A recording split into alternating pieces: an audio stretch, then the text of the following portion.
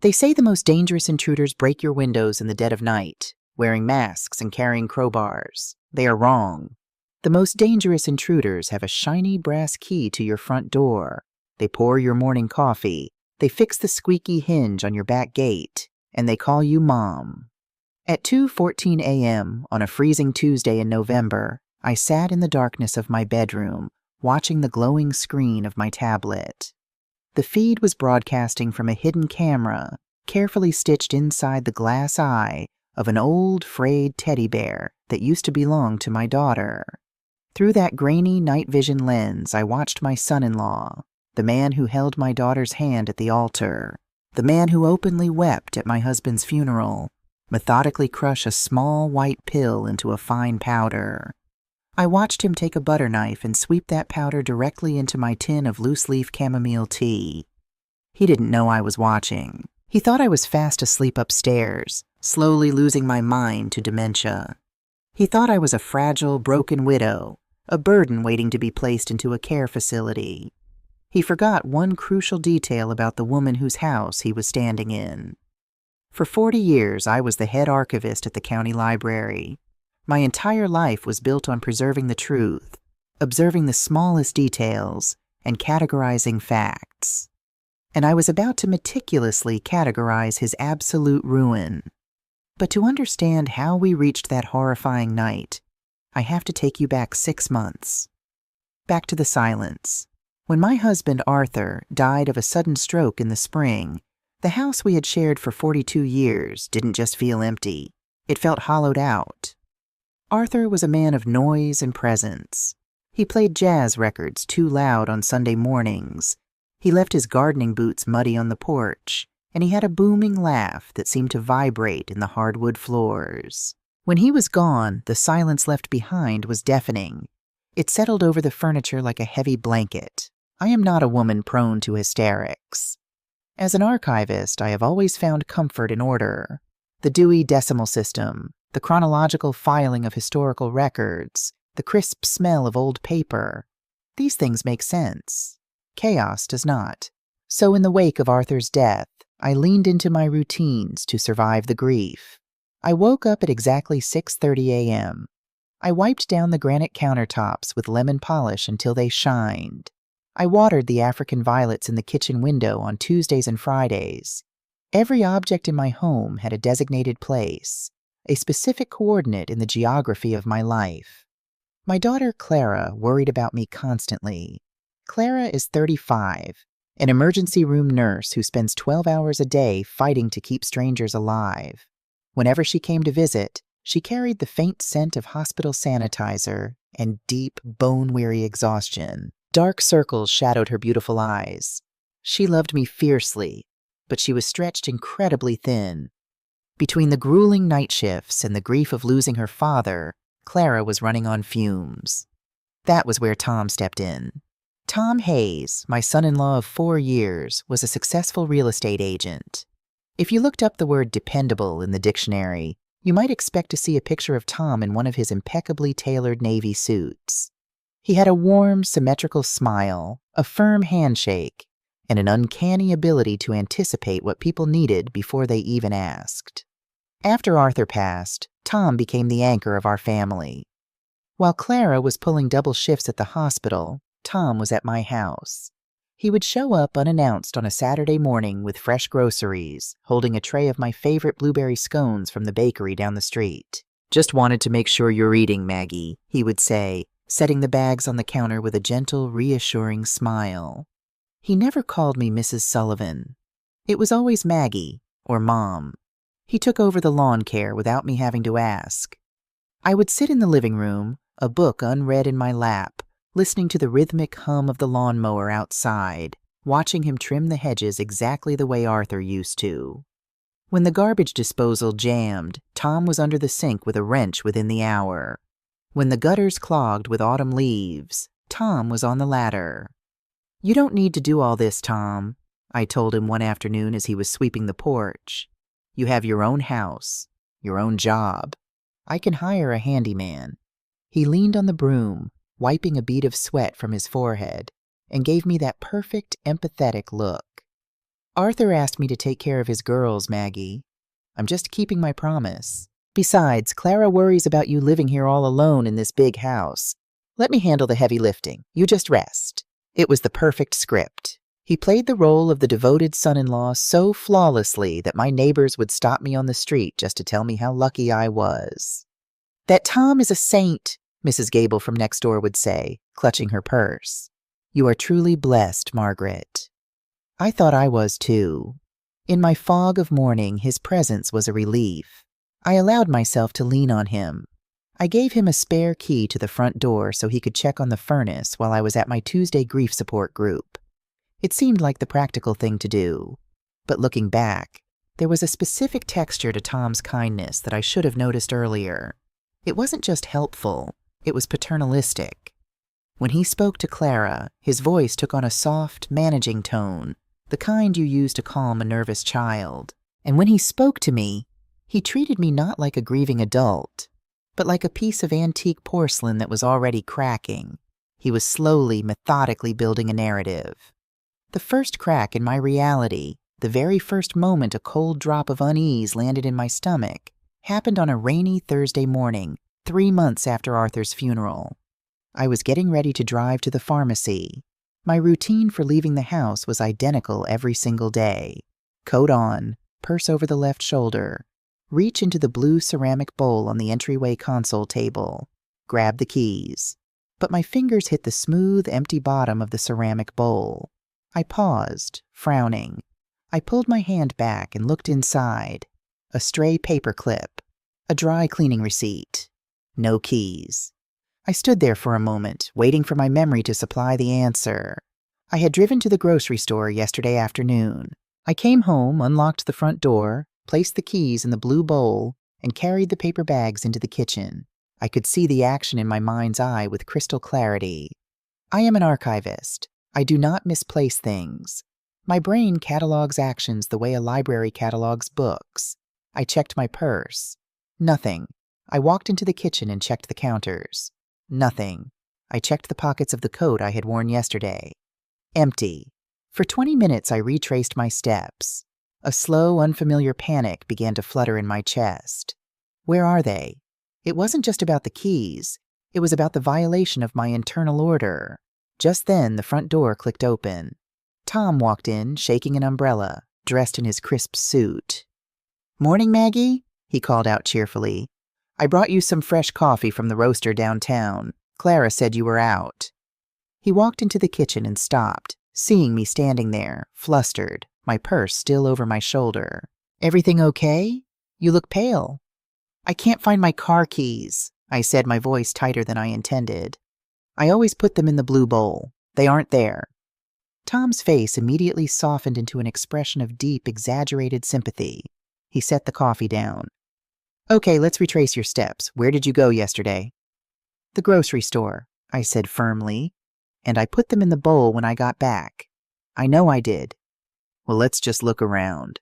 Sometimes our minds play tricks on us when we're stressed," he said gently.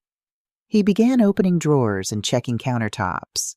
I stood frozen, watching him. Less than 2 minutes later, he opened the refrigerator. He reached past a carton of eggs and pulled out my keychain. It jingled brightly in the quiet kitchen. "Found them," he said softly.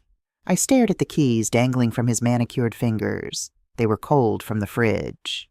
"They were sitting right here on the shelf, next to the milk," Tom said. He walked over and handed them to me, placing his other hand warmly over mine. His eyes searched my face, pooling with pity. "It's okay, Maggie. Grief does strange things to memory. My aunt used to leave her reading glasses in the microwave after my uncle passed. You just had a little lapse." I looked down at the keys in my palm. The metal bit into my skin. "I didn't put them in the refrigerator, Tom," I whispered. "Of course not," he said, patting my hand soothingly, though his tone suggested he was humoring a toddler. "You probably just set them down while you were putting the groceries away and forgot. No harm done." He smiled, kissed my cheek, and turned to leave for work. "Make sure you drink that coffee while it's hot, Mom. Call me if you need anything." I stood in the kitchen long after the front door clicked shut. The house was perfectly silent again. I looked at the refrigerator, then back to the keys in my hand. I had bought milk at the grocery store yesterday, but I distinctly remembered setting the keys in the bowl in the hallway before I even carried the grocery bags into the kitchen. I was certain of it. People who are grieving forget things. They leave stoves on. They lose their glasses. They put keys in refrigerators. It happens every day. But as I stood there, the cold metal of the keys warming against my skin, my 40 years of professional observation screamed a different truth into the silence of my home. I did not put those keys in the refrigerator. And if I didn't, who did? If you have never doubted your own mind, you cannot comprehend the specific, suffocating terror of it. When your body betrays you, you can see the wound. You can feel the ache in a joint or measure the fever on a thermometer. But when your mind begins to slip, there is no gauge. You are the only instrument measuring the decline, and you are using a broken instrument to do it. After the incident with the car keys in the refrigerator, I doubled down on my systems. I am an archivist, I told myself. I do not lose things. I misfile them. I bought a set of yellow sticky notes and began leaving myself a physical paper trail. Coffee pot turned off at 7 a.m. Keys in the blue bowl. Back door locked. For a week, order was restored. I breathed easier. I told myself that Tom had been right. It was just the grief fog. A temporary glitch in the wiring of a mourning widow. Then the true unraveling began. And it didn't start with a crash. It started with a whisper. It was a Tuesday afternoon. I had just returned from my grief support group. I walked into the living room to read, reaching for my reading glasses where I always left them, folded neatly on top of the current book on the side table next to Arthur's favorite armchair. They weren't there. I froze. A cold prickle of adrenaline washed over my scalp. I checked my purse. I checked my coat pockets. I walked into the kitchen, my heart beginning a slow, heavy thud against my ribs. I checked the counters. I found them 20 minutes later. They were inside the microwave, sitting perfectly centered on the glass turntable. I stared at them through the microwave door, my breath catching in my throat. I remembered what Tom had said just a week earlier about his aunt with Alzheimer's. She used to leave her reading glasses in the microwave after my uncle passed. Had his story planted a subconscious suggestion in my brain? Had I walked into the kitchen, sleepwalking through my grief, and acted out his anecdote without realizing it? I opened the microwave door with trembling fingers. The metal frames of the glasses were cold. I squeezed my eyes shut, a wave of profound nausea washing over me. What is happening to me? Things accelerated after that. My home, my sanctuary of 42 years, transformed into a funhouse of shifting realities. My favorite gardening shears vanished from the pegboard in the garage, only to appear at the bottom of the laundry hamper 3 days later. The thermostat, which Arthur and I had kept religiously at 68 degrees for 4 decades, would inexplicably be cranked up to 85 degrees in the middle of the night. I would wake up drenched in sweat, gasping for air in my own bedroom, staring at the digital numbers on the hallway wall in absolute horror. And every time, Tom was there to witness the aftermath. He would drop by to fix a leaky faucet or bring the mail up the driveway, just in time to catch me in a state of frantic confusion. He would find me tearing apart the living room looking for the TV remote, which he would subsequently discover tucked inside the linen closet among the bath towels. "Mom, hey, look at me. Breathe," he said one afternoon, gently taking my shoulders as I wept in frustration over a missing water bill I knew I had paid. He walked over to the trash can, dug through the discarded coffee filters, and pulled out the crisp, unopened envelope. "It's right here, Maggie. You threw it away." "I wrote the check," I stammered, tears hot on my cheeks. I pulled out my checkbook ledger, my handwriting neat and precise. "Look, check 1402, City Water, $34. I wrote it." Tom looked at the ledger, then at the envelope, his expression shifting into a mask of devastating pity. "Maggie, you wrote it in the ledger, but you never opened the bill. You threw it in the trash. You're confusing the intent to do something with actually doing it." He wrapped his arms around me as I sobbed into his expensive suit jacket. "It's okay," he murmured into my hair, stroking my back. We'll get this sorted out. You're just so tired, Mom. You're just so tired. He was so gentle, so convincing, and the physical evidence was right there in front of me. The bill in the trash, the glasses in the microwave, the heat blasting at 85 degrees. I was an archivist who relied on evidence, and the evidence was overwhelming. Margaret Sullivan was losing her mind. The isolation of it was the worst part.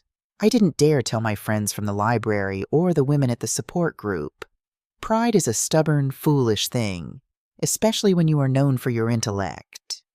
I couldn't bear the thought of them looking at me with the same tragic pity Tom wore. But Tom was making sure I wouldn't have to tell anyone. He was telling Clara for me. I overheard them one evening in late October. Clara had stopped by after a grueling 12-hour shift at the hospital. She looked pale, the dark circles under her eyes bruised and heavy. I was upstairs in my bedroom, folding laundry, when I heard the low murmur of their voices floating up through the heating vent from the kitchen below. I paused, holding a folded towel against my chest.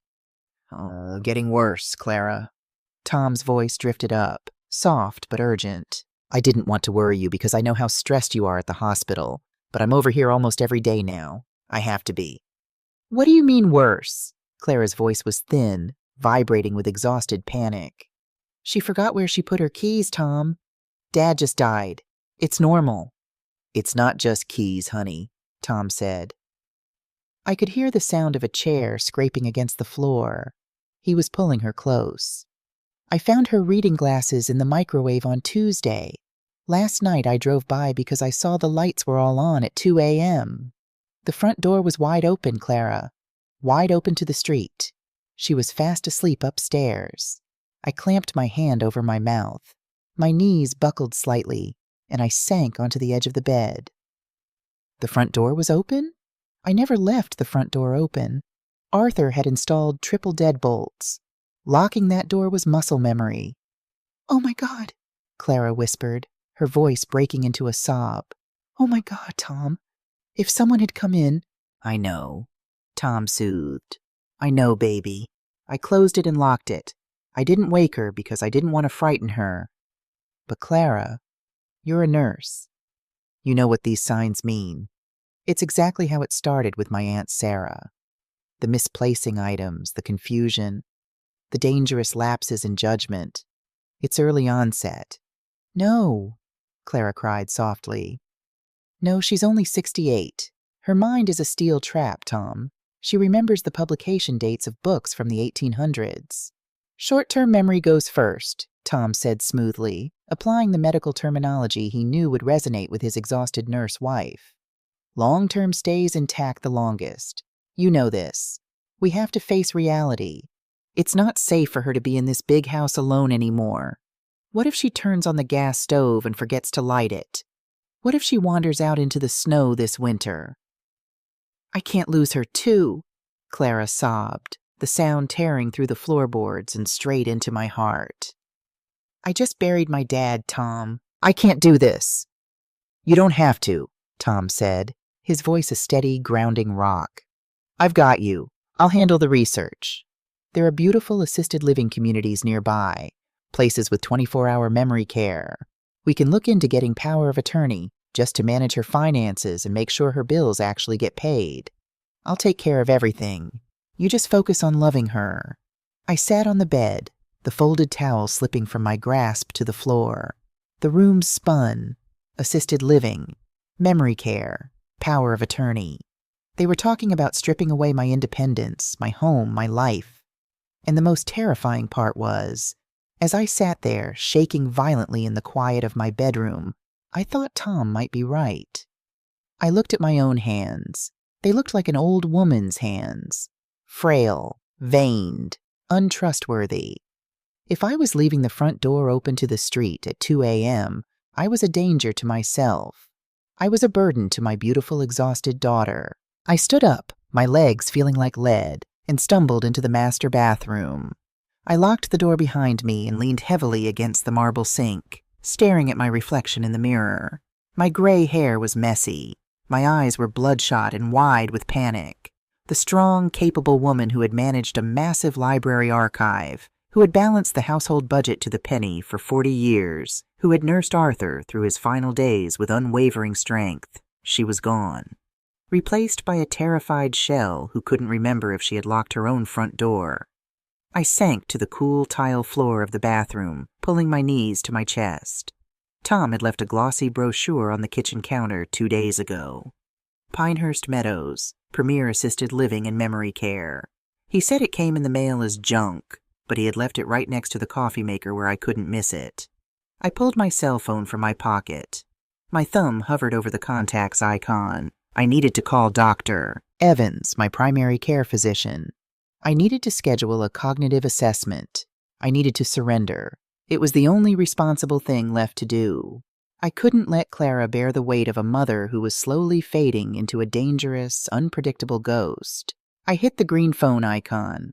I typed the first 3 digits of the clinic's number. Tears streamed down my face, tasting of salt and absolute defeat. I squeezed my eyes shut, ready to press call, ready to admit that Margaret Sullivan's brilliant mind had finally broken. My thumb hovered over the green call button on my phone. The bathroom tile was freezing against my legs. I was one press away from surrendering my autonomy, from admitting that my brilliant, organized mind had become a sinking ship. But as I sat there, staring at the floorboards just beyond the bathroom door, my thumb froze. My eyes locked onto the baseboards in the hallway. I blinked, the tears blurring my vision, and wiped them away to look closer. There was a small, almost imperceptible scuff mark on the pristine white trim near the heating vent. A black streak, about 3 inches long. My mind, trained by 40 years of cataloging historical documents, automatically began to process this anomaly. I had scrubbed those baseboards on Sunday. Today was Thursday. I wear soft-soled slippers in the house. Clara wears rubber-soled nursing clogs, but she hadn't been upstairs. Tom had been standing right there, leaning against the wall, telling Clara about the front door. My brain snagged on the memory of his voice floating through the vent. The front door was wide open, Clara, wide open to the street. I closed it and locked it. I didn't wake her. Wait. Arthur was a man who loved security. 5 years ago, after a string of burglaries in the next neighborhood over, he had installed a digital chime system on all the exterior doors. If a door opened while the system was armed, a sharp, 2-tone electronic chime echoed through the entire house. It was loud enough to wake the dead. I never ever forgot to set the alarm before bed. It was a ritual as ingrained as brushing my teeth. If I had sleepwalked downstairs at 2 a.m. and opened the heavy oak front door, the chime would have sounded. It would have jolted me awake instantly. And if Tom had found the door open and simply closed it, why didn't the alarm chime when he shut it? Unless the alarm had been deactivated from the inside, or unless he had used his key to disarm it from the keypad in the foyer before he opened the door to stage the scene. A strange, unfamiliar sensation began to bloom in my chest, pushing through the heavy fog of grief and panic. It was not relief. It was a cold, razor-sharp spike of adrenaline. It was the absolute, terrifying clarity of a woman realizing she is not losing her mind. She is being hunted. I lowered the phone. I did not call Dr. Evans. I stood up, my knees cracking slightly in the quiet bathroom. I looked at myself in the mirror again. I was pale, yes. I was exhausted, certainly. But the terrified, helpless old woman I had seen just 5 minutes ago was gone. In her place was Margaret Sullivan, head archivist. If my memory was failing, I would leave no physical trace of my nighttime wanderings. But if someone else was inside my house, manipulating my reality, they would leave a footprint. They always do. You just have to know how to look for it. That night, after dinner, I went into the pantry and pulled out a fresh, unopened box of Arm & Hammer baking soda. I waited until 11 p.m. when the neighborhood was dead quiet. Moving with absolute precision, I took a fine mesh tea strainer and filled it with the white powder. I walked to the front door. Crouching down, my joints protesting, I gently tapped the side of the strainer, dusting a microscopic, nearly invisible layer of baking soda across the dark hardwood floor of the entryway. I did the same at the threshold of the kitchen, right in front of the drawer where I kept my checkbook, and finally, a faint dusting right in front of the thermostat in the hallway. To the naked eye, standing up, it just looked like a trick of the light, a slight dullness on the polished wood. But to anyone stepping on it, it would act like an ink pad. I went upstairs, locked my bedroom door, something I hadn't done since Arthur died, and lay awake, staring at the ceiling. I didn't sleep a wink. I listened to the house settle. I listened to the wind outside. I waited for the chime. It never came. At 6 a.m., the sun began to bleed through the curtains. I got out of bed, my heart hammering a frantic rhythm against my ribs. I walked downstairs, holding my breath, my eyes fixed on the floor. I reached the bottom landing and looked toward the front entryway. The breath rushed out of my lungs in a sharp, jagged gasp. There, pressed perfectly into the faint white dusting of powder, was a footprint. It was pointing inward, away from the door. It was large, a men's size 11 or 12. But more importantly, the tread was distinct. It wasn't a sneaker or a work boot. It was the smooth, flat sole of a high-end leather loafer with a distinct circular logo stamped right in the center of the heel. Tom wore Cole Haan loafers. He had worn them yesterday. I walked to the thermostat. Another print pointing directly at the dial. The temperature had been turned up to 80 degrees. I clamped a hand over my mouth to stifle a scream.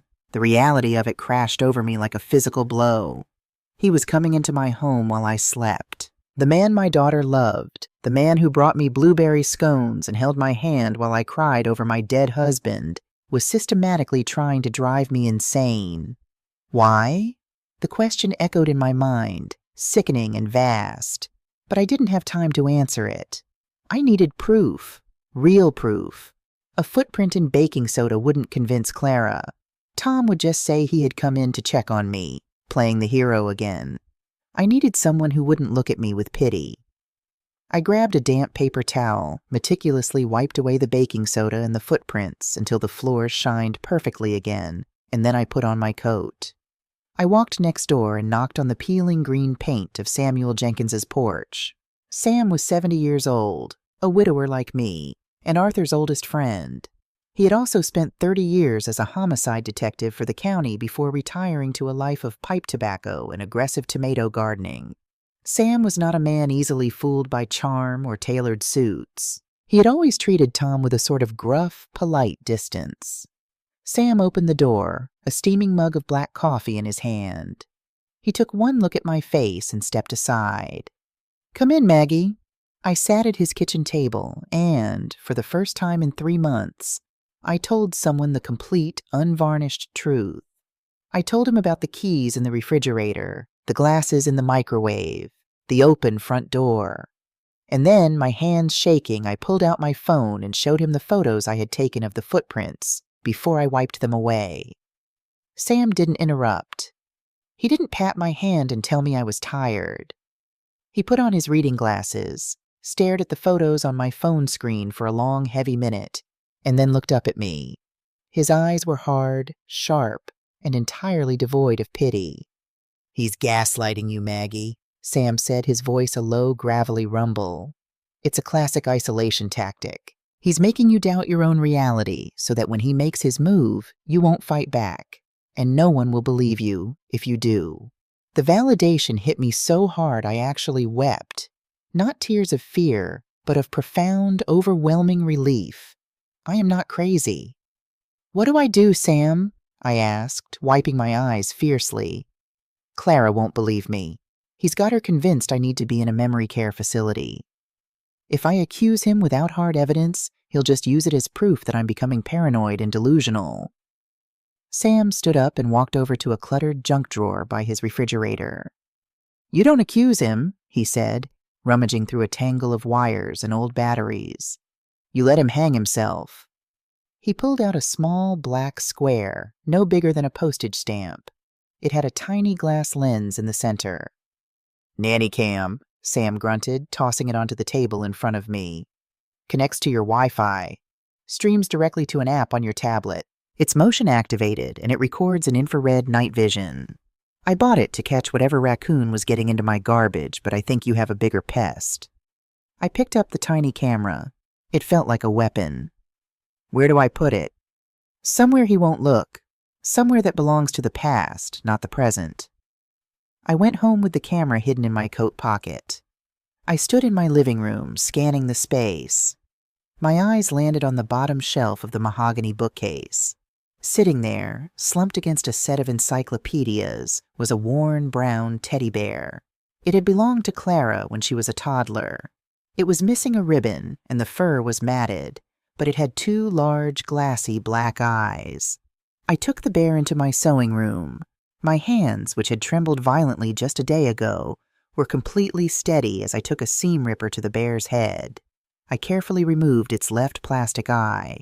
With the precision of a surgeon, I nestled the tiny camera lens into the empty socket, securing the battery pack deep inside the stuffing. I sewed it back up with invisible stitches. When I placed the bear back on the bookshelf, it looked exactly as it had for 30 years. But now, it was staring directly at the front door, with a clear view of the kitchen entrance. I downloaded the app to my tablet, synced the camera, and tested the feed. Crystal clear. That night, I did not use the baking soda. I made myself a cup of chamomile tea, leaving the tin out on the counter, exactly as I always did. I locked my bedroom door, crawled into bed, and pulled my tablet onto my lap. I turned the brightness all the way down. 11 p.m. Nothing. Midnight. Silence. 1 a.m. Just the steady ticking of the grandfather clock downstairs. I forced my eyes to stay open. The archivist was on duty. At exactly 2:14 a.m., the screen on my tablet flickered. A small red icon appeared in the top right corner. Motion detected. My breath caught in my throat. I stared at the grainy, black and white infrared feed. The heavy oak front door slowly swung inward. There was no chime. The alarm had been disabled from the outside. A tall, dark figure stepped silently into my hallway. He didn't use a flashlight. He moved with the terrifying, practiced confidence of a man who had walked these floors a dozen times in the dark. The figure pulled down the hood of his dark jacket, turning his face toward the living room for just a second. The infrared camera caught the sharp line of his jaw, the neat swoop of his hair. Tom. I sat in the dark of my bedroom, watching the screen as the perfect son-in-law unbuttoned his jacket, smiled to himself in the empty house, and walked purposefully toward my kitchen. Through the pixelated, eerie green glow of the infrared night vision, I watched the man my daughter loved glide across my kitchen. He didn't turn on a single light. He moved with the terrifying grace of a predator entirely comfortable in its hunting ground. I sat up in bed, my heart hammering against my ribs like a trapped bird. My tablet trembled in my hands. Tom stopped at the kitchen counter. For a moment, he just stood there, looking around. Then he reached into the inner pocket of his dark jacket and pulled out a small cylindrical object. Even in the grainy black and white feed, I recognized the shape immediately. An amber prescription pill bottle. He popped the child-proof cap. He tapped something small and round into his palm. Then he reached into the utensil drawer and pulled out the heavy, stainless steel back of an ice cream scoop. He placed the pill onto my wooden cutting board and pressed the metal down with the heel of his hand. Crack. The sound didn't come through the camera. There was no audio, but I heard it in my mind. He leaned over, using the edge of a butter knife to scrape the crushed white powder into a neat little pile. Then he reached for the tin of loose-leaf chamomile tea I kept next to the kettle. I stopped breathing. The air in my bedroom suddenly felt too thick, too cold. Tom opened the tin. He carefully swept the crushed powder off the cutting board and straight into the dried chamomile flowers. He put the lid back on and gave the tin a gentle, rhythmic shake to mix the powder evenly into the tea leaves. He wiped the cutting board clean with a paper towel, tucked the prescription bottle back into his jacket, and walked out the front door, locking it silently behind him. The screen on my tablet went still. The red motion-detected icon vanished. I sat in the dark for a long time. The grandfather clock downstairs chimed 3 a.m., then 4 a.m., The missing keys, the thermostat turned up to 85 degrees, the reading glasses in the microwave. Yes, he had staged those things to make me look crazy. But the profound exhaustion, the mental fog that had been rolling in every morning like a thick gray tide, the dizzy spells that had caused me to wander aimlessly in the grocery store aisle last week. That wasn't grief. That wasn't a mind breaking under the weight of widowhood. I was being drugged. The realization was a physical blow, a sickening punch to the gut that sent me rushing to the master bathroom, where I dry heaved over the toilet. He was poisoning me. He was feeding me a slow, calculated dose of sedatives every night before bed, ensuring I woke up groggy, confused, and perfectly pliable. He was literally manufacturing my dementia. When the sun finally rose, I walked downstairs. My legs felt heavy, but my mind was sharper than it had been in months. I walked into the kitchen and stared at the floral tin of chamomile tea. I boiled the kettle. I steeped a cup, letting the hot water draw out the golden color of the flowers and whatever chemical he had hidden inside them. I did not drink it. I poured the entire cup into a small, airtight mason jar, sealed it, and hid it at the very back of the top cabinet behind Arthur's old fondue pot. Evidence.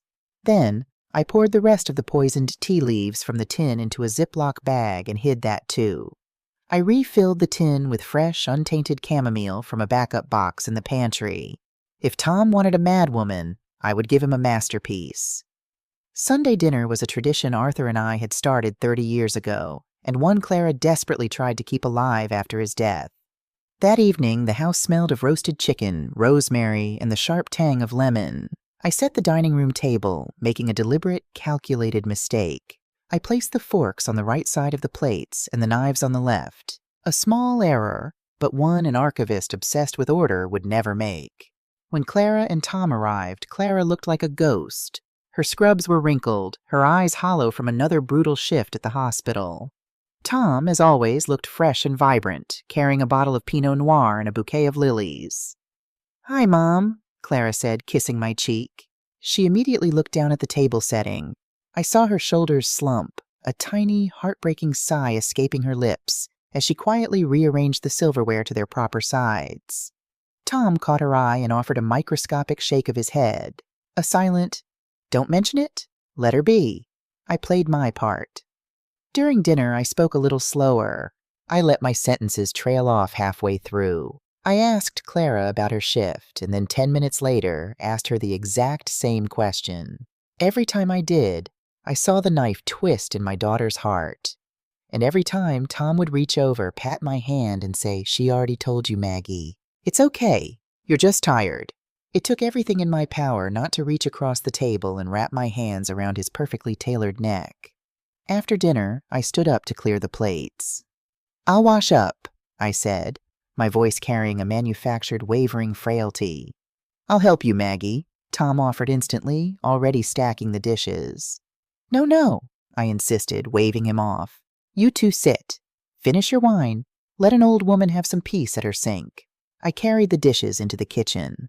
Above the sink is a small, tiled windowsill overlooking the backyard. For 42 years, whenever I washed dishes or kneaded bread dough, I took off my gold wedding band and placed it exactly in the center of that windowsill. It was a habit as predictable as the sunrise. I slipped the gold band off my finger, placed it on the tile, and turned the water on hot. The soap bubbled up. A few minutes later, Tom walked into the kitchen carrying the empty wine glasses. He set them on the counter right next to me. "Great dinner, Mom," he said softly, bumping his hip gently against the counter as he reached across me to drop a crumpled napkin into the trash can below the sink. "Thank you, Tom," I murmured, staring blankly out the window. He lingered for a moment, then walked back out to the dining room to join Clara. I finished washing the plates. I dried my hands on a dish towel.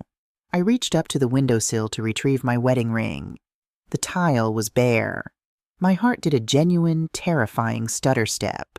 I hadn't expected him to escalate this quickly, not while they were both in the house. I looked down at the floor. I checked the soapy water in the sink. Nothing. I took a deep breath, channeled every ounce of grief I had stored inside me, and let out a sharp, panicked cry. My ring! Chairs scraped violently against the hardwood in the dining room. Clara and Tom rushed into the kitchen. Mom? What is it? Are you hurt? Clara grabbed my shoulders. My ring, Clara. Arthur's ring, I gasped, forcing my breathing to become shallow and frantic. I pointed a trembling finger at the empty windowsill. I put it right there. I always put it right there. It's gone. Okay, calm down, Tom said, his voice dropping into that soothing, authoritative register. It couldn't have gone far. You probably just dropped it. They both dropped to their knees, searching the linoleum floor. I stood there, clutching the dish towel to my chest, watching Tom act. He checked under the stove. He checked behind the trash can. Mom, are you sure you didn't leave it upstairs? Clara asked, her voice tight with rising panic. I put it on the sill, Clara. I'm not crazy, I shouted, letting my voice crack with authentic-sounding hysteria. Tom stood up. He looked at the sink, filled with sudsy water. Then, with a look of sudden, horrific realization, he reached into the sink. He plunged his hand through the bubbles and felt around the rubber flaps of the garbage disposal. He pulled his hand out. Resting on his wet palm, gleaming under the fluorescent kitchen lights, was my gold wedding band. Clara let out a choked sob, pressing both hands over her mouth. Maggie, Tom said. His voice was devastatingly gentle. He held the ring out to me like it was a fragile bird. It was down inside the grinder. If you had flipped the switch, you would have destroyed it. I stared at the ring. I knew with absolute certainty that I had placed it on the windowsill. Tom had bumped the counter when he reached over to throw away the napkin. He had palmed the ring and slipped it down the disposal drain in one fluid, practiced motion. I didn't, I stammered, backing away, pressing my hands against the refrigerator. I let genuine tears fall from my eyes. Mom, Clara cried, rushing forward and wrapping her arms tightly around me. She was shaking. Oh, Mom, it's okay. We found it. It's okay. But it wasn't okay, and Clara knew it. Over my shoulder, I heard Tom speak to my daughter in a voice meant to sound like a tragic whisper, though it was perfectly calibrated for me to hear. Clara. She could have turned it on while her hand was down there looking for it. It's not just her memory anymore. It's a safety issue. She's not safe in this house. Clara pulled back. She looked at me, her beautiful face distorted by exhaustion and profound, shattering grief. She was looking at me the way you look at someone who is already gone. Mom, she whispered, her voice cracking. We have to talk to Dr. Evans. We have to look into Pinehurst Meadows. You can't live alone anymore. Please, Mom, let Tom handle the estate paperwork. Let him get power of attorney so we can manage the house and pay for a safe place for you. Please, before you get hurt. I stood trembling in the center of my kitchen, the trap snapping shut around my ankles. This was his masterpiece. He had weaponized my daughter's love for me. He had used her exhaustion and her fear to do his dirty work. If I fought back now, I would just look combative and paranoid.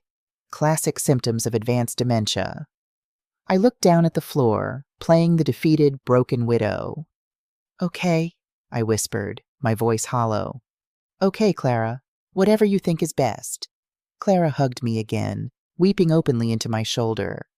As she held me, I opened my eyes and looked past her.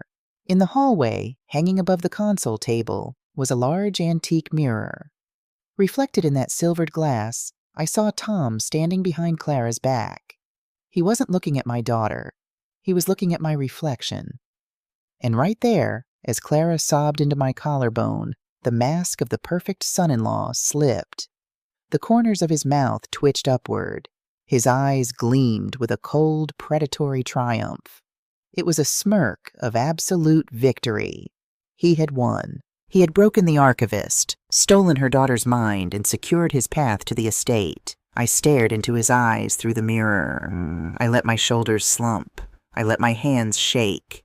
But deep inside, where the drugs couldn't reach, a vault slammed shut. Smile while you can, Tom, I thought, the coldness in my chest solidifying into iron. You want a crazy old woman who needs you to sign her life away? I will give her to you, and then I will burn your life to the ground. The first rule of preserving a fragile document is environmental control. You manage the light, you manage the humidity, and you keep contaminants out. The human mind is not so different.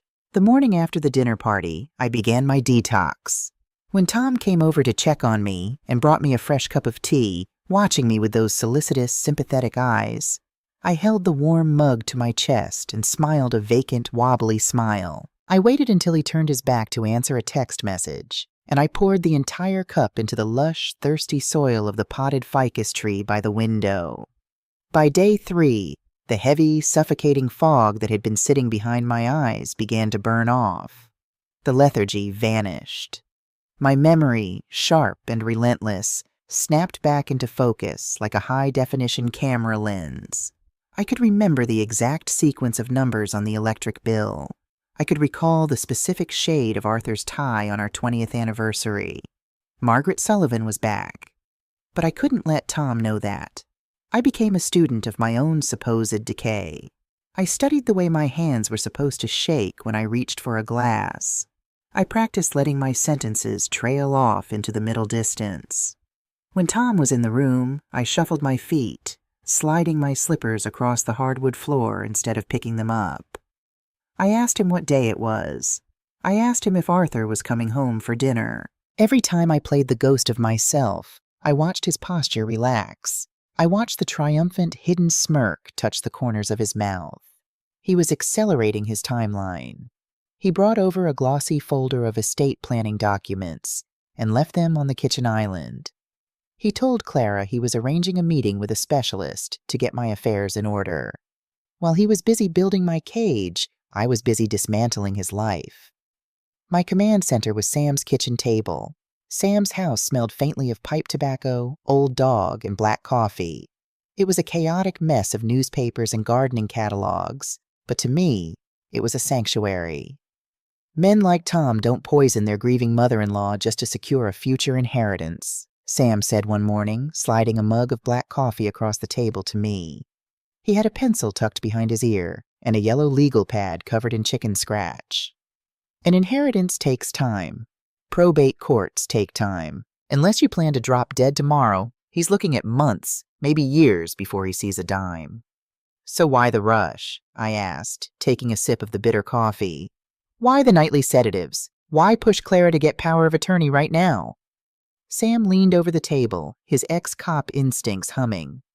Because he needs liquid cash yesterday. And your house, Maggie? It's paid off. It's sitting on a half-acre in one of the best school districts in the county. It's worth at least $800,000. If he has power of attorney, he can leverage it, take out a massive line of credit against it, or sell it out from under you to pay for your premium memory care facility, and pocket the difference. I set my mug down. The porcelain clinked sharply against the wood. We need to look at his finances. Way ahead of you, Sam grunted. I called a buddy who still works in the fraud division downtown, asked him to run a quiet background check on Thomas Hayes. Look at this. Sam pushed a manila folder toward me. I opened it. Inside were printouts of public court records and disciplinary hearings. For a man who wore custom-tailored suits, Tom's professional life was a rotting carcass. According to the state licensing board, Tom hadn't closed a single real estate transaction in 9 months. There was a pending disciplinary hearing regarding the mishandling of a client's escrow account. But that wasn't the worst of it. Sam flipped to the second page. Civil judgments. Sam pointed a thick, calloused finger at the highlighted text. He owes money, a lot of it.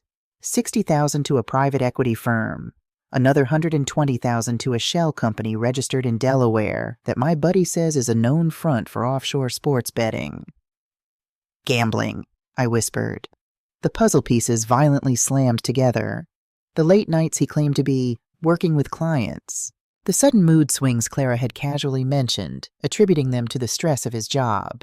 He's drowning, Maggie, Sam said grimly. The sharks are circling. He needs a massive influx of cash to keep his kneecaps intact and stay out of federal prison. Your estate is his life raft. A cold, methodical anger settled into my chest. He was going to throw me into a locked psychiatric ward so he could drain my life savings to pay off a bookie. I need to see everything, I said, pulling the folder closer. Every public record, every property deed attached to his name. If he's a real estate agent, he knows how to hide paper. But paper always leaves a trail. For the next 2 days, while Tom thought I was napping in my armchair, I was at Sam's desktop computer, navigating the county clerk's digital archives. I am an archivist. I know how to use Boolean search operators. I know how to cross-reference parcel numbers and trace limited liability companies back to their registered agents. I dug through the digital dirt of Tom's life with a ruthless, clinical precision. On Thursday afternoon, the sky outside turned a bruised, stormy purple. Rain began to lash against Sam's kitchen window. I was scrolling through the county's property deed registry when I found it. I stopped breathing. The cursor blinked steadily on the screen. Sam, I called out. My voice didn't sound like my own. It sounded thin and hollow, like dried leaves scraping across pavement. Sam hurried in from the living room, wiping grease from his hands with a rag. What is it? Did you find the escrow money? No, I whispered. I found Clara.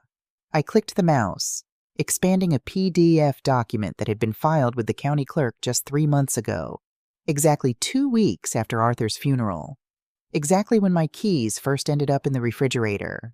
It was a deed of trust, a second mortgage. Tom had taken out a secondary loan on the modest 3-bedroom ranch house he shared with Clara, a loan for $250,000. The terms were predatory, an adjustable interest rate that would skyrocket after 6 months. If they missed a single payment, the bank would foreclose immediately. Son of a bitch, Sam breathed, leaning over my shoulder, reading the glowing screen. He leveraged their own house to pay off the first wave of debts. But Clara would never agree to this. She works 80 hours a week just to pay their current mortgage. She's terrified of debt. She didn't agree to it, I said. I scrolled down to the final page of the document, the signature page. There, sitting above the printed name Clara Hayes, was my daughter's signature in blue ink. Beside it was Tom's signature and the stamp of a notary public. I leaned closer to the monitor. I stared at the looping letters of my daughter's name. When you spend 40 years looking at historical manuscripts, you learn that handwriting is as unique as a fingerprint. You learn to spot the hesitation in a forged stroke, the unnatural pressure of a pen trying to mimic a natural rhythm. Clara has a very specific way of writing the capital C in her name. When she was 12 years old, she went through a phase where she tried to make her handwriting look romantic. She started looping the top of the C heavily inward, making it look almost like a lopsided heart. The habit stuck. Even now at 35, writing a quick prescription at the hospital, her C always has that distinct top-heavy inward curl. The C on this legal document did not curl inward. It was sharp. It was angled. The pressure on the downstroke was too heavy, lacking the fluid, exhausted grace of my daughter's hand. It's a forgery, I said. The words tasted like ash. Are you sure? Sam asked gently. People's handwriting changes when they're stressed, Maggie. I am her mother, I said, my voice dropping to a freezing absolute register. And I am an archivist. That is not my daughter's signature. He traced it. He brought a dirty notary to stamp it. I leaned back in the chair. The room spun, not from drugs this time, but from the sheer, terrifying scope of his malice. Tom wasn't just trying to steal my house. He had already stolen Clara's. He had secretly burdened my daughter with $250,000 in fraudulent, predatory debt. When the house of cards finally collapsed, when the bookies came for the rest of their money, or when the state licensing board indicted him, he was going to run. He was going to use my money, stolen via a fraudulent power of attorney, to disappear. And he was going to leave Clara behind to face the fallout. Clara, who was currently at the hospital, running on 4 hours of sleep, holding the hands of dying patients. Clara, who would come home to find a foreclosure notice on her door. Clara, who could be investigated for bank fraud because her name was on that forged document. He was going to let her take the fall, let her lose her home, her nursing license, her entire life. My husband was dead. My daughter was in the crosshairs of a predator, and I was the only thing standing between him and her total destruction. I looked at the forged signature on the screen. The fear that had been paralyzing me for the last month evaporated, leaving behind a profound, terrifying clarity. The maternal instinct is a funny thing. Society likes to paint it in soft pastels, warm hugs, baked cookies, gentle lullabies. They forget that in the wild, the maternal instinct is the most violent, lethal force in nature. A mother bear does not negotiate with the wolf. She tears its throat out. I stood up from the computer. I looked at Sam. He told Clara he's bringing a specialist to the house this Friday to evaluate my competency and sign the power of attorney paperwork, I said, my voice completely steady. Maggie, Sam warned, seeing the look in my eyes. We have enough to go to the police right now. The forged deed, the nanny cam footage of him tampering with your tea. We can end this. No, I said coldly. If we go to the police now, he'll claim he crushed up a vitamin for me. He'll claim Clara signed that deed and forgot. He's a smooth talker, Sam. He might post bail. He might run. I am not giving him a chance to slip through the cracks of the justice system. I walked over to my coat, pulling it off the back of the chair. I am going to let him bring his fake specialist into my home. I am going to sit at my dining room table, and I am going to let him think he has won. I want him overconfident. I want him arrogant. Because when I drop the hammer on Thomas Hayes, I am going to make sure he never, ever gets back up. Tom didn't want to wait. The forged second mortgage on Clara's house was a ticking time bomb, and I could sense the quiet, desperate urgency radiating from him like heat from a coiled radiator. On Thursday evening, he sat in my living room with Clara. The autumn wind was howling outside, rattling the window panes. I sat in Arthur's armchair, a knitted blanket draped over my lap, staring blankly at a muted television screen. I had poured out the laced chamomile tea an hour prior, but I performed the heavy-lidded, vacant stare of a heavily sedated woman to perfection. I made some calls today, Tom said, his voice pitched in that infuriatingly gentle, hushed tone he used when discussing my condition. He was rubbing Clara's back in slow circles. I reached out to a concierge specialist, Dr. Richard Vance. He's unique, Clara. He's dual-boarded in neurology and elder estate law. He does private in-home evaluations to spare patients the trauma of clinical hospital visits. Clara rubbed her eyes, leaning her head against Tom's shoulder. She looked so fragile, so entirely consumed by the 12-hour shifts at the ER and the agonizing grief of watching her mother supposedly slip away. Is he expensive? Clara asked, her voice thick with exhaustion. Don't worry about the money. I'm taking care of it, Tom lied smoothly, kissing the top of her head. He's going to come by tomorrow afternoon just to have a chat with Maggie. A cognitive baseline. And if it's as bad as we think, he can immediately help us draft the power of attorney and the healthcare proxy. It's a seamless process. It will protect her, Clara. Okay, Clara whispered, a tear slipping down her pale cheek. Okay, if you think it's best. I kept my eyes glued to the television screen, watching a commercial for dish soap. Inside, my blood was running like ice water, dual-boarded in neurology and elder estate law. It was a remarkably convenient combination. Too convenient. The next afternoon, at precisely 2 p.m., the doorbell rang. I was seated at the dining room table, a half-finished cup of cold tea in front of me. Tom opened the door, ushering a man into my foyer. Clara stood nervously by the kitchen island, twisting a dish towel in her hands. Maggie, Tom said, walking into the dining room. This is Dr. Vance. He's just here to ask you a few questions. See how you're doing. I slowly turned my head, letting my mouth hang slightly open, and took my first look at the man who had come to steal my life. Richard Vance looked the part at a passing glance. He wore a charcoal gray suit, a crisp white shirt, and a conservative blue tie.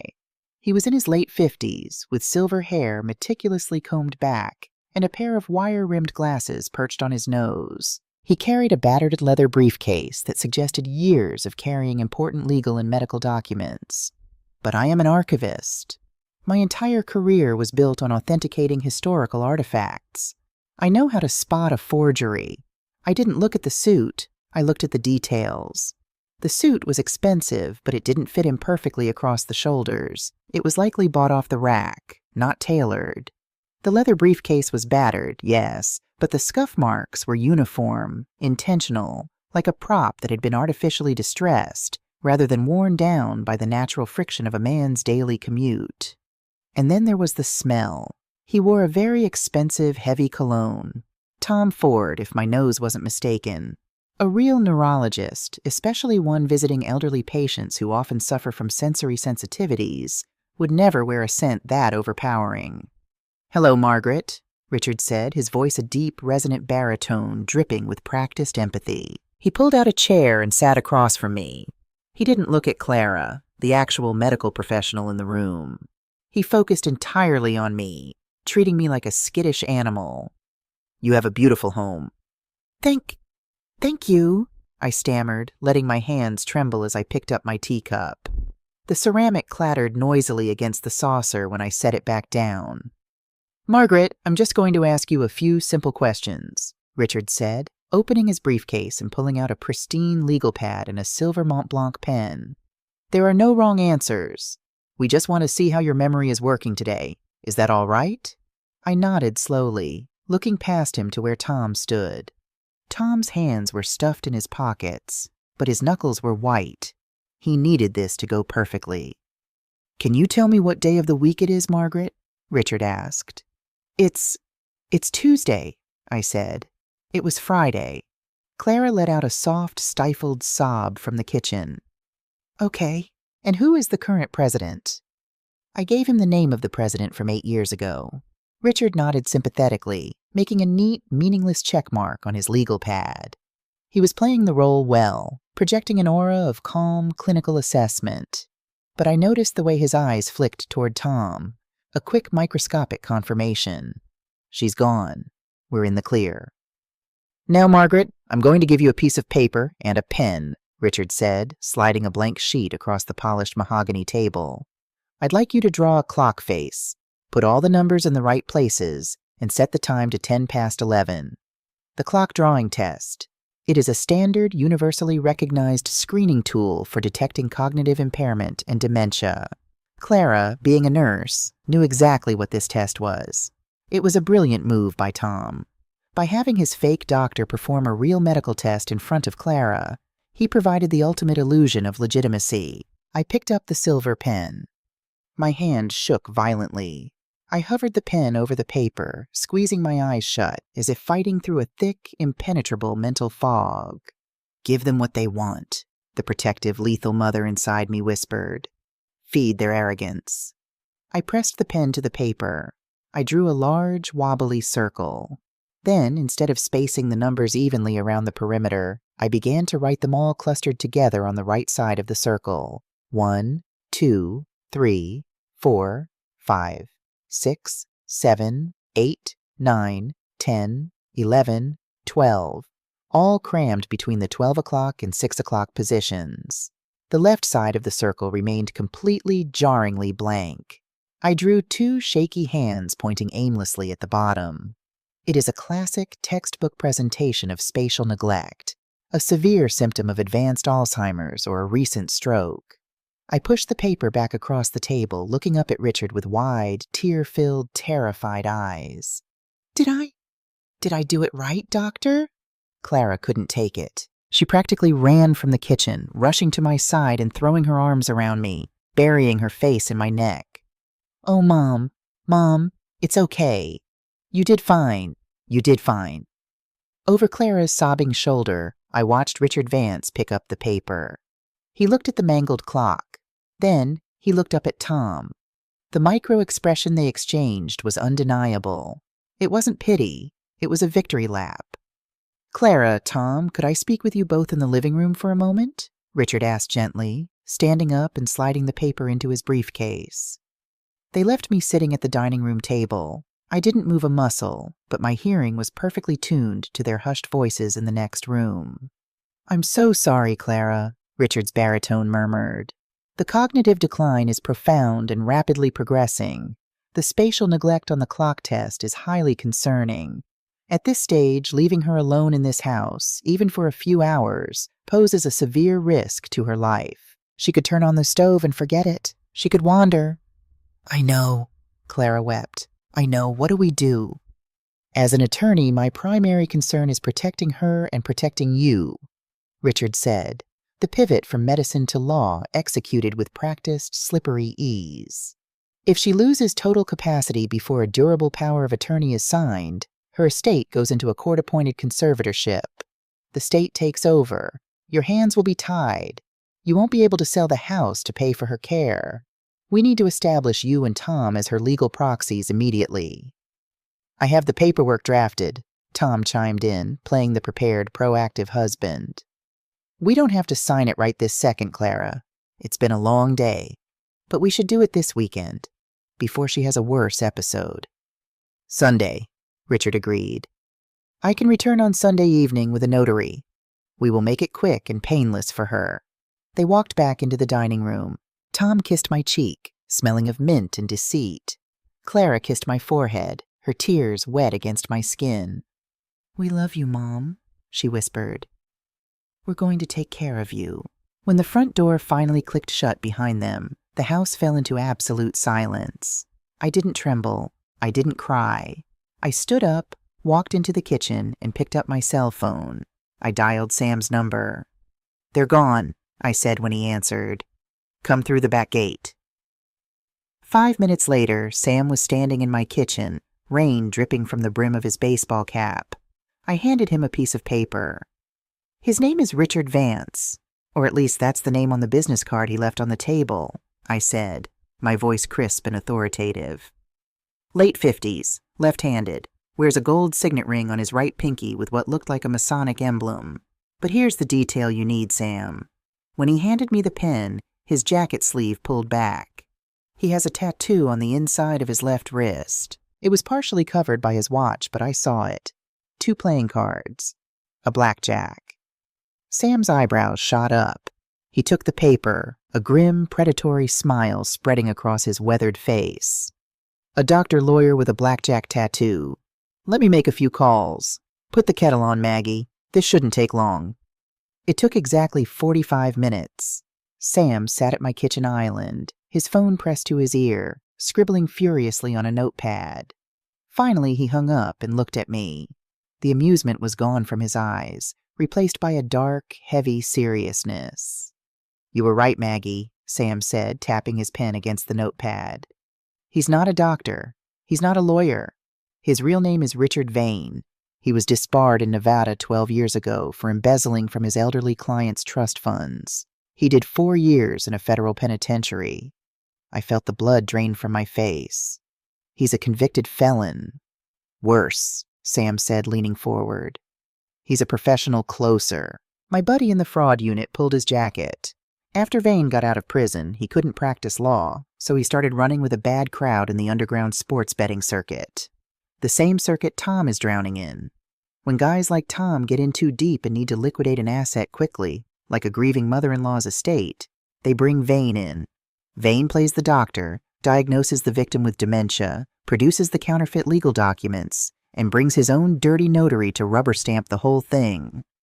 I grabbed the edge of the granite countertop. The kitchen suddenly felt too large, the shadows in the corners too deep. This wasn't just a desperate, terrible decision made by a panicked man in debt. This was an organized, calculated hit. Tom hadn't just stumbled into this plan. He had hired a professional predator to execute it. They had done this before. They knew exactly how to isolate a victim, how to manufacture the symptoms of Alzheimer's, and how to legally strip a woman of her entire life. "They're coming back on Sunday evening," I said, my voice dropping to a harsh whisper. "Tom, Richard, and the notary. They expect me to sign the power of attorney. They expect to take the house, leave Clara with the fraudulent mortgage, and disappear." Sam looked at me, his retired cop instincts vibrating in the quiet kitchen. "Maggie, This is organized crime now. We have to call the police. I can have squad cars here in 5 minutes. We show them the nanny cam footage. We give them Vane's record. It's over. I looked out the window at the pouring rain. I thought about Clara, sitting in her heavily mortgaged house, crying over a mother who wasn't really sick, married to a man who was planning to destroy her. If the police arrested Tom now, on suspicion and intent, he would spin it. He would hire a sleazy lawyer. He might tie it up in court for years, bleeding Clara dry in legal fees, emotionally torturing her until she broke completely. No, to destroy a parasite, you cannot just pull at the body. You must rip out the roots. I needed Tom to incriminate himself so absolutely, so undeniably, that the jaws of a federal prison would snap shut around him forever. No police, I said, turning back to Sam. My eyes were completely dry. Not until Sunday.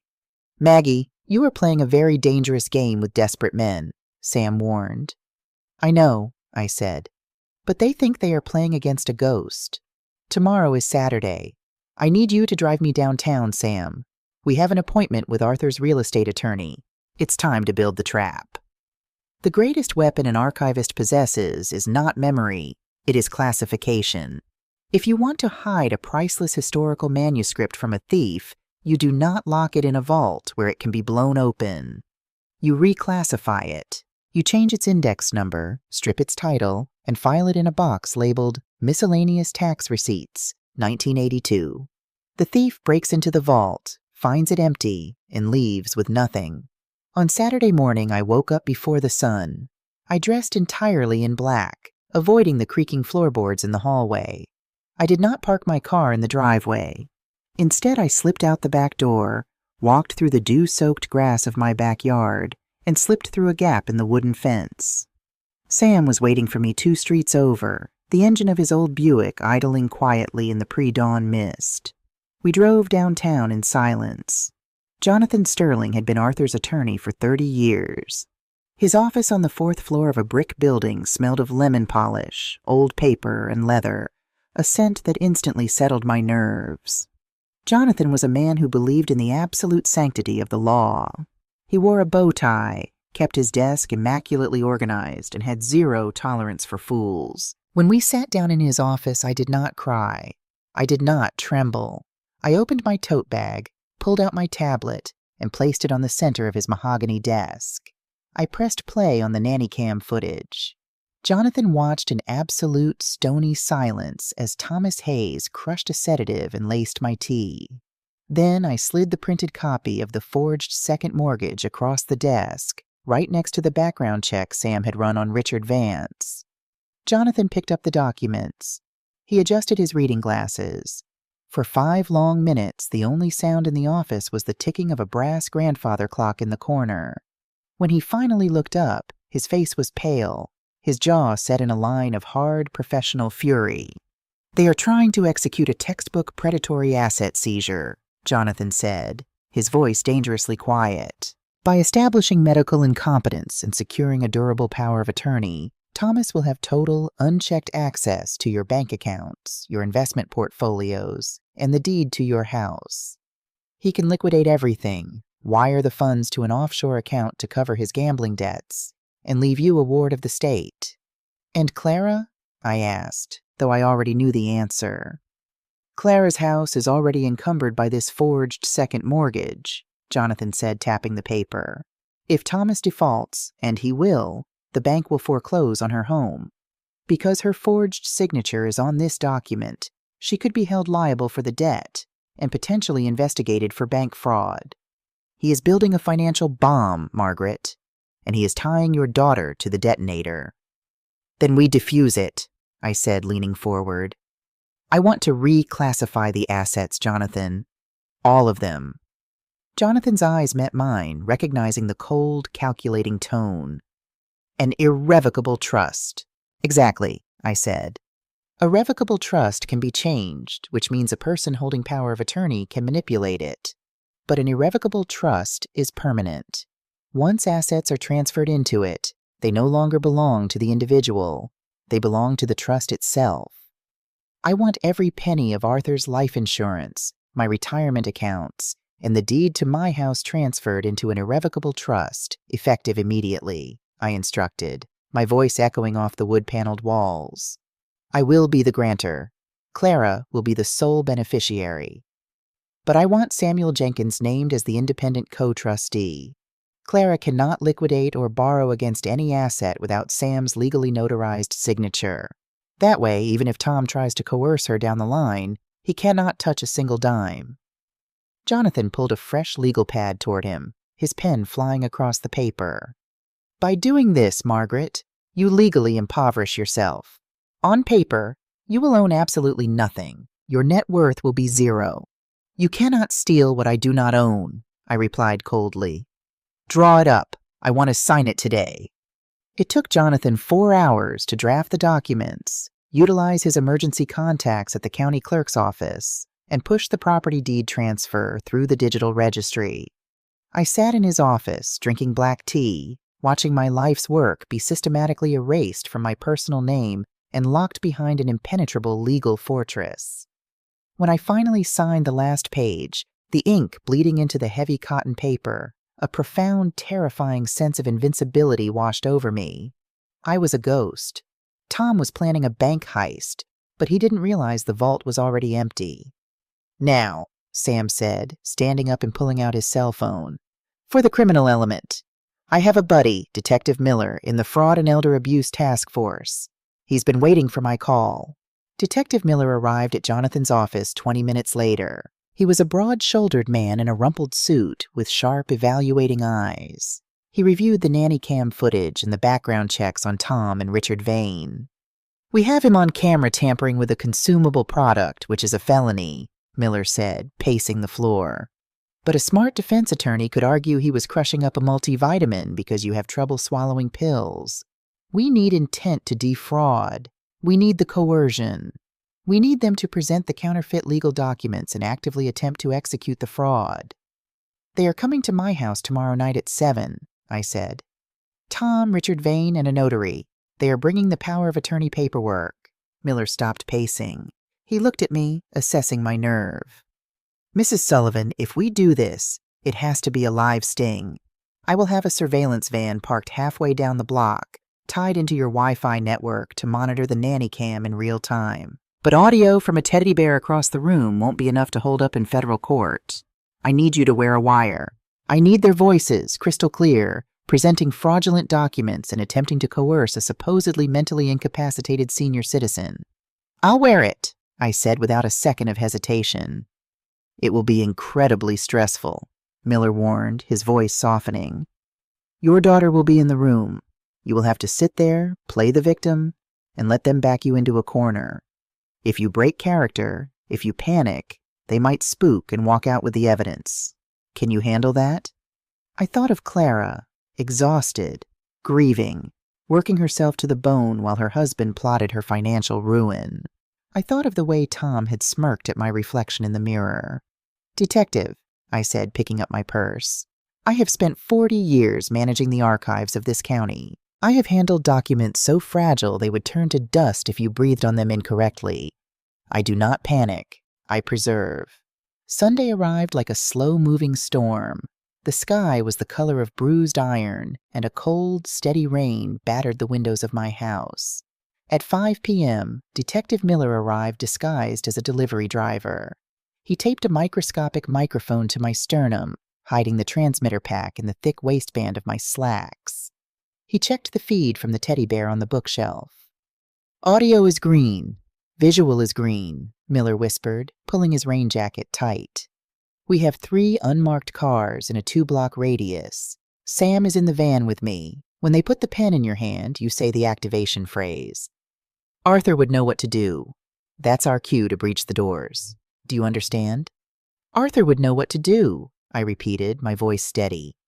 Good luck, Maggie, Miller said and slipped out the back door. I was alone. I went to my bedroom and prepared my costume. I stripped off my tailored slacks and put on an oversized, moth-eaten gray cardigan that hung off my frame, making me look frail and shrunken. I washed my face, leaving my skin pale and devoid of makeup. I messed up my hair. I looked in the mirror and saw the exact woman Thomas Hayes wanted to see. A broken, confused, terrified old widow. At 6:45 p.m., I walked downstairs and sat at the head of the dining room table. I folded my hands in my lap. I slowed my breathing. Tick, tick, tick. The grandfather clock in the hallway counted down the final minutes of Thomas Hayes's freedom. At precisely 7 p.m., headlights swept across the living room window. Car doors slammed in the driveway, the sound muffled by the rain. The front door chimed. Footsteps echoed in the foyer. "Mom?" Clara's voice called out, trembling with anxiety. "In here, sweetheart," I called back, injecting a pathetic, wavering quaver into my voice. They walked into the dining room. Clara came first, her eyes red-rimmed, carrying her wet coat. She rushed over and knelt beside my chair, burying her face in my shoulder. "Hi, Mom. It's going to be okay. We're right here." Tom followed, impeccably dressed in a dark suit, his hair slightly damp from the rain. He offered me a warm, devastatingly false smile. "Evening, Maggie. How are you feeling today?" "A little foggy, Tom," I whispered, staring at my hands. Behind Tom walked Richard Vance, carrying his battered leather briefcase. And behind him was a woman I didn't recognize, a sharp-featured woman in her 40s holding a black vinyl binder, the dirty notary. "Margaret," Richard Vance intoned, using his deep theatrical doctor's voice. "It is good to see you again. This is Ms. Gable. She is an independent state notary, here just to witness our signatures." "Hello," I mumbled, looking down at the table. The air in the dining room was thick, suffocating, practically vibrating with tension. I could feel the microscopic wire taped to my chest. I knew Sam and Detective Miller were listening in the van down the street, holding their breath. Richard Vance unlatched his briefcase. The metallic click echoed like a gunshot in the quiet room. He pulled out a thick stack of legal documents, crisp and blindingly white, and laid them perfectly in the center of the mahogany table. Tom stepped forward, placing a heavy gold fountain pen on top of the papers. The polished metal gleamed in the overhead chandelier light. "It's just standard paperwork, Maggie," Tom said softly, his voice a lethal velvet trap. "It gives Clara and me the ability to pay your bills, manage the house, and make sure you get the best medical care possible. All you have to do is sign on the lines with the yellow sticky notes." I looked at the gold pen. I looked at the documents. General Durable Power of Attorney, Medical Healthcare Proxy, Real Estate Transfer Authorization. The trap was set, the bait was in front of me, and the predator was standing right beside my chair, waiting for me to step into the steel jaws. The gold fountain pen felt heavy in my trembling hand. I stared down at the crisp white documents that would legally erase my autonomy. To my left stood Thomas Hayes, the architect of my destruction, holding his breath. To my right sat Richard Vane, a convicted felon wearing the mask of a medical professional. And standing near the archway was the dirty notary, her stamp ready to seal my fate. I looked up at my daughter. Clara was weeping silently, her arms wrapped around her own torso, completely shattered by the belief that she was doing the right thing for a mother who was losing her mind. I couldn't let her witness the initial violence of the trap. I needed to separate her from Tom. "Clara, sweetheart," I whispered, my voice a dry, papery rasp. I let the pen slip slightly in my grip. "My mouth is so dry. The medication, it makes it so hard to swallow. Could you fetch me a glass of ice water from the kitchen before I sign? I just need a moment to collect myself." "Of course, Mom," Clara choked out, wiping her eyes. "Right away." She turned and pushed through the swinging wooden door into the kitchen. The heavy door settled shut behind her. The moment she was out of earshot, the atmosphere in the dining room fundamentally shifted. The warm, solicitous mask Tom had been wearing instantly dissolved. The empathetic son-in-law vanished, replaced by a cold, impatient man staring at a ticking clock. He leaned over the table, placing both hands flat on the mahogany wood, boxing me in. His face was inches from mine, and I could smell the sharp tang of peppermint and nervous sweat. "Sign the paper, Maggie," Tom said. His voice was no longer a gentle murmur. It was a hard, flat command. "Let's not drag this out. You don't know what you're doing half the time anyway. Just put your name on the yellow sticky notes. and we can all go to bed." Richard Vane tapped his watch. "Thomas, we have a schedule. Ensure she executes the signature properly." "I'm managing it," Tom snapped, before turning his dead, shark-like eyes back to me. "Sign it, Mom." I looked down at the pen. I took a slow, deep breath, pulling the air into the very bottom of my lungs. I felt the tiny wire taped to my sternum. I felt the phantom presence of my late husband standing behind me. I stopped trembling. My spine straightened. The frail, hunched posture I had maintained for a month evaporated in a single second. I placed the gold pen down on the table with a sharp, definitive click. I looked up, meeting Tom's gaze with eyes as cold and clear as a frozen lake. "Arthur would know what to do," I said. My voice was no longer a rasp. It was the sharp, commanding resonance of a woman who had spent 40 years running a county archive. "But Arthur isn't here, so I had to figure it out myself." Tom frowned, stepping back slightly, confused by the sudden, terrifying shift in my demeanor. "What are you talking about? Pick up the pen, Maggie." Before he could say another word, the swinging door to the kitchen burst open. But it wasn't just Clara carrying a glass of water. Detective Miller stepped into the dining room, his badge flashing under the chandelier light, his hand resting on the holster at his hip. Behind him poured 3 uniformed police officers, fanning out with practiced lethal efficiency. And standing right beside Detective Miller was Clara. When Clara had walked into the kitchen, Detective Miller and Sam had been waiting by the back door. In the span of 60 seconds, Sam had shown Clara the nanny cam footage of Tom poisoning my tea on an iPad, and Miller had handed her the copy of the forged second mortgage bearing her traced signature. The woman standing in the archway was no longer an exhausted, grieving daughter. Her face was chalk white, her eyes wide with a horror so profound it seemed to hollow out her cheekbones. She looked at her husband not with love, but with the visceral disgust reserved for a monster. "Police, nobody move! Keep your hands where I can see them," Detective Miller barked. Richard Vane bolted for the front door. He didn't make it 3 steps. A uniformed officer tackled him to the Persian rug, driving a knee into his back. The dirty notary shrieked and threw her hands in the air, backing against the wall. Tom froze. The blood drained from his face so fast he looked like a corpse. He raised his hands, his eyes darting frantically between the police, Clara, and me. "Officer, wait! There's a misunderstanding!" Tom yelled, his voice cracking with panic. He pointed a shaking finger at me. "She has dementia. She doesn't know what's going on. She invited us here to sign some standard medical proxies." I stood up from the head of the table. I didn't shuffle. I walked with absolute, measured grace until I was standing directly in front of him.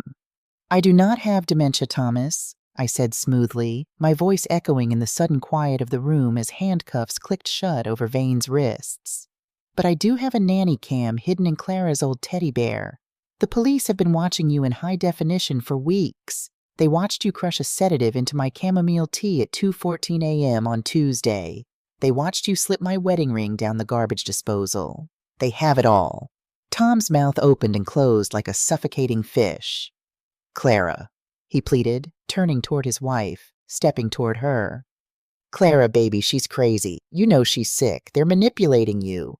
"Don't you dare speak to her," I snapped, the maternal fury finally unleashing. I stepped between him and my daughter. "You forged her signature on a $250,000 second mortgage to pay off your offshore sports betting debts. You leveraged her home, her nursing license, and her future so you could avoid having your kneecaps broken by a bookie. You hired a disbarred felon from Nevada to impersonate a doctor so you could legally steal my house and throw me into a locked psychiatric ward." I am your legal proxy," Tom shouted desperately, pointing at the unsigned papers on the table. "You're my family. I was trying to protect the estate." I let out a short, cold laugh. It was a sound entirely devoid of humor. "What estate, Tom?" I asked softly. He blinked, thrown off balance. "Your house? Your accounts?" "I don't own a house," I replied, savoring the absolute destruction dawning in his eyes. "I don't own any bank accounts. As of yesterday morning, every single asset Arthur and I ever built was transferred into an irrevocable trust. I am legally penniless. Samuel Jenkins is the co-trustee. You couldn't touch a single dime of my money, even if I had signed your fraudulent papers. You broke into an empty vault, Tom, and you locked the door behind yourself." The realization hit him like a physical blow. His legs gave out slightly, and he stumbled back against the dining room table. The grand sociopathic master plan he had spent months building had just evaporated into dust. He was broke. He was caught. He was going to federal prison. "Clara," Tom whimpered, tears of genuine, pathetic terror spilling down his cheeks. He fell to his knees on the hardwood floor, reaching his hands out to her. "Clara, please. I got in too deep.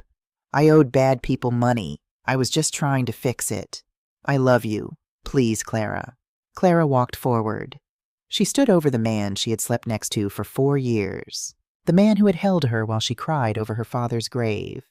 She looked down at him, her beautiful face hardened into stone. "You poisoned my mother," Clara whispered. She turned her back on him and walked into my arms. I held her tight, burying my face in her hair as Detective Miller hauled Thomas Hayes to his feet. "Thomas Hayes, you are under arrest for conspiracy to commit wire fraud, elder abuse, forgery, and the unlawful administration of a controlled substance," Miller recited, ratcheting the steel cuffs tightly around Tom's wrists. "You have the right to remain silent. I highly suggest you use it." They marched him out the front door. Richard Vane and the notary followed. The flashing red and blue lights of the police cruisers painted the walls of my living room, washing away the shadows Tom had cast over my home. When the front door finally closed, the silence that returned to the house was different. It wasn't the heavy, suffocating silence of grief or isolation. It was the clean, exhausted silence of a battlefield after the smoke clears. I held Clara as she finally let the shock break, sobbing into my chest until she couldn't stand. I walked her to the sofa, wrapped her in a blanket, and made her a cup of real tea. Not poisoned, just warm, safe chamomile. Sam walked in through the kitchen a few minutes later, placing a heavy, comforting hand on my shoulder before sitting in Arthur's armchair to keep watch over us until the morning came. It has been 8 months since that rainy Sunday night. The trial was brief. Faced with the video evidence, the forged deed verified by a handwriting expert, and Richard Vane quickly turning state's evidence to save his own skin, Thomas pled guilty. He was sentenced to 12 years in federal prison. Thanks to Jonathan Sterling and Detective Miller, the bank acknowledged the forgery on Clara's mortgage and voided the debt, saving her home. Clara moved in with me for a few months while the divorce proceedings finalized. We spent our evenings sitting on the back porch, drinking tea and watching the fireflies. The dark circles under her eyes slowly faded. The laughter, real and unrestrained, finally returned to my house. People often view older women as invisible. They see the gray hair, the sensible shoes, and the quiet routines, and they assume we are obsolete. They believe that because our hands might tremble, our minds must be weak. They believe that a grieving widow is nothing more than an easy target. They forget that we have survived decades of hardship, heartbreak, and sacrifice. They forget that the women who meticulously manage the homes, balance the ledgers, and raise the children possess a terrifying, unyielding strength. If you are listening to this and you feel that cold, unsettling drop in your stomach, if the keys aren't where you left them, if the stories don't add up, if the person offering you a cup of tea is watching you a little too closely, do not doubt yourself. Do not let anyone, no matter how much you love them, convince you that your reality is broken. Pay attention to the details. Keep your own records.